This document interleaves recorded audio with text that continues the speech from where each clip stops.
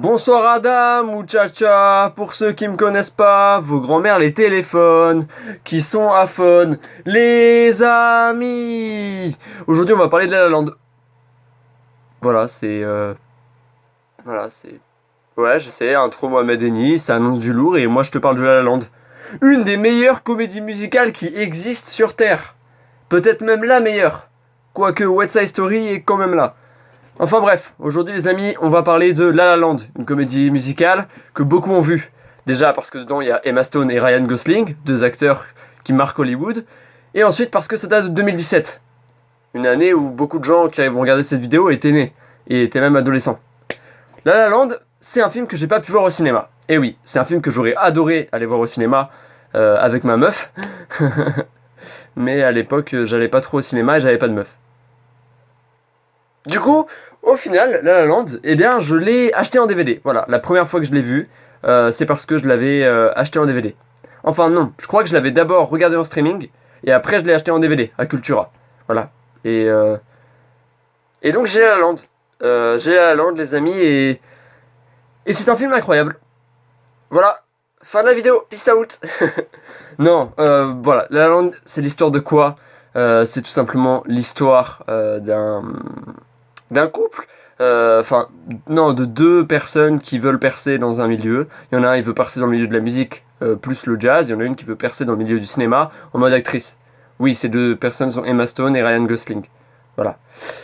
Et c'est tout simplement une comédie musicale qui est réalisée par Damien Chazelle, qui, après La La Land, a fait des mauvais trucs. Sa série The Eddy sur Netflix est mauvaise, faut le dire.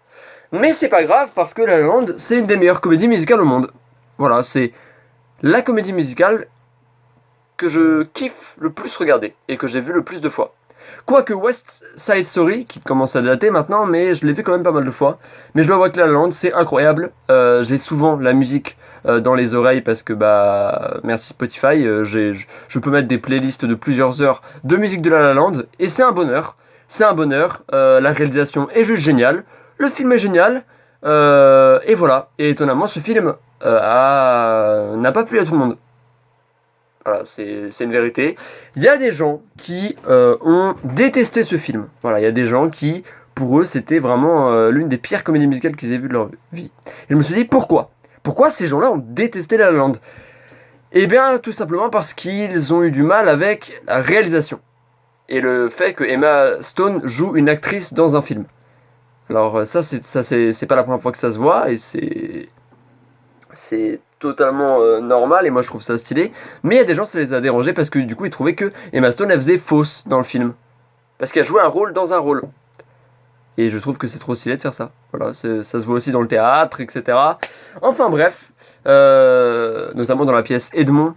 Mais ce film est une dinguerie, les amis. Ce film est une dinguerie. Ce film est une des meilleures comédies musicales que j'ai pu voir dans ma vie. C'est un film que je recommande bien évidemment. C'est un film que tout le monde devrait voir. Et c'est un film qui est mieux quand on le voit en couple, je dois l'avouer. Même si je n'ai jamais eu l'occasion de regarder ce film en couple, parce qu'on est team célibat, vous connaissez. Et ce film il est trop cool. Ce film il est trop bien à voir. Ce film il donne plein d'émotions. Ce film il te donne amoureux. Enfin il te met dans un état amoureux alors que t'es pas en couple. C'est incroyable. C'est un film incroyable. Toutes les musiques pendant tout le film sont géniales. Il y a du mélange de jazz et aussi un petit peu de pop. Non, pas trop de pop, mais disons ouais, jazz, musique classique. C'est vraiment très très stylé. C'est une comédie musicale que je conseille bien évidemment à tous les gens qui sont fans de comédie musicale, mais aussi à tous les gens qui aiment le cinéma, mais aussi à tous les gens qui sont fans d'Emma Stone, mais aussi à tous les gens qui regardent des films de temps en temps.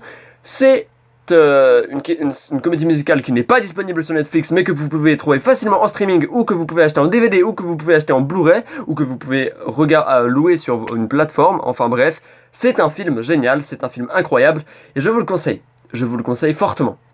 Voilà, je voulais juste faire une critique qui change parce que j'en avais un peu marre de faire une routine en mode yop les potes c'est Benzo. Je voulais faire quelque chose qui change, alors je me suis dit je vais parler de La La Land, un film qui m'a changé. Ouais, La La Land c'est un film qui m'a changé, qui m'a fait voir le monde autrement.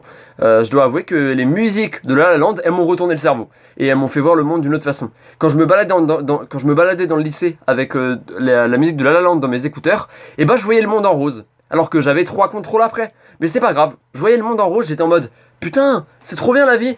Voilà. La La Land, c'est un film qui va te rendre heureux. La La Land, c'est un film qui va te rendre nostalgique d'une période que t'as pas connue.